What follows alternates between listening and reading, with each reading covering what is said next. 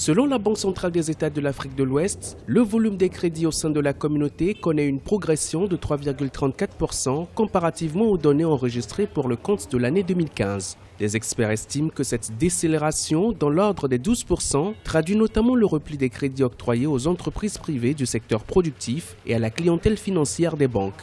Le déficit de trésorerie des banques et établissements financiers de la zone Union économique et monétaire ouest-africaine s'est creusé de 1814 milliards de francs CFA en 2015 pour s'établir à plus de 3150 milliards de francs CFA au terme de l'année 2016.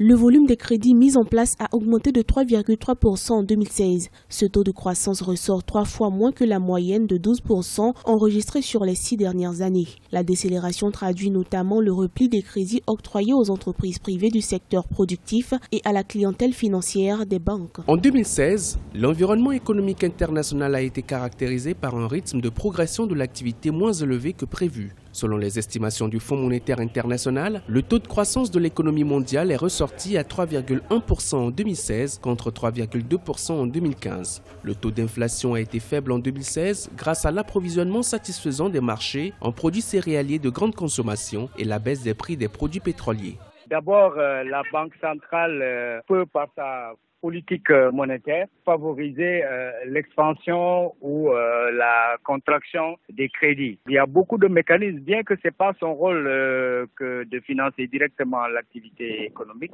mais la Banque centrale peut leur faire des injections de liquidités et leur demander de favoriser le financement des secteurs agricoles, des secteurs des petites et moyennes entreprises, etc. Par sa politique monétaire, c'est son principal outil d'intervention. Courant 2016, la Banque centrale avait dû ajuster les montants des refinancements au profit des structures bancaires pour être en mesure de répondre aux besoins réels exprimés dans la zone économique. L'activité économique dans l'espace UEMOA a été bien orientée, bénéficiant de la vigueur des activités dans le secteur tertiaire et de la croissance de la production agricole. Selon les dernières estimations, le produit intérieur brut de l'Union augmenterait de 6,7% en 2016 contre 6,3% en 2015.